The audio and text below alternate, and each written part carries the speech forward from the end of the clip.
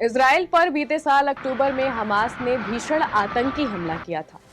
इस हमले में करीब 1200 इजरायली मारे गए थे और 250 लोगों को अगवा कर लिया गया था। उस अटैक के बाद से ही इजराइल और हमास के बीच जंग जारी है और इस जंग में करीब 40,000 लोग अब तक मारे जा चुके हैं। लेकिन इस बीच बीते रविवार को इजराइल पर एक बार फिर से हमला हुआ। लेबनान में एक्टिव मिलिटेंट ऑर्गेनाइजेशन हिजबुल्लाह ने उसके इलाके वाले गोलान हाइट्स पर हमला बोला और एक मिसाइल दागी। ये मिसाइल फुटबॉल ग्राउंड में जा गिरी जहां बच्चे खेल रहे थे और 10 से 20 साल की उम्र के 12 बच्चों की मौत हो गई। ऐसे में सवाल भी उठने लगे हैं कि जिस आयरन डोम की पूरी दुनिया में मिसाल दी जाती है, वो डिफेंस सिस्टम हमले रोकने में कैसे नाकाम हो रहा है।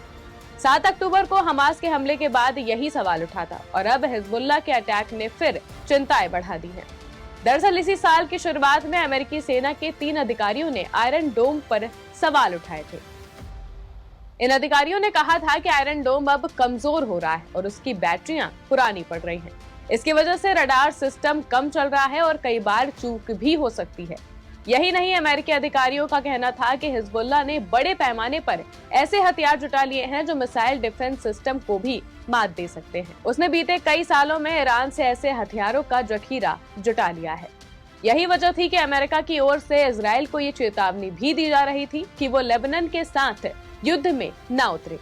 एक अमेरिकी अधिकारी का कहना है कि आयरन डोम की बैटरियों पर काफी दबाव पड़ रहा है और अब वो धीरे धीरे सिस्टम पुराना हो रहा है। एक इजरायली अधिकारी ने भी बताया कि अगर हिजबुल्लाह बड़ा हमला कर दे तो मुश्किल हो सकती है। अब ये जानना भी जरूरी है कि आखिर हिजबुल्लाह के आगे रडार सिस्टम क्यों फेल हो रहा है। आयरन डोम का सिस्टम अब हो रहा है पुराना। कुछ हथियारों को इंटरसेप्ट करने में हो सकती है मुश्किल। लगातार बैटरियां हो रही हैं कमजोर।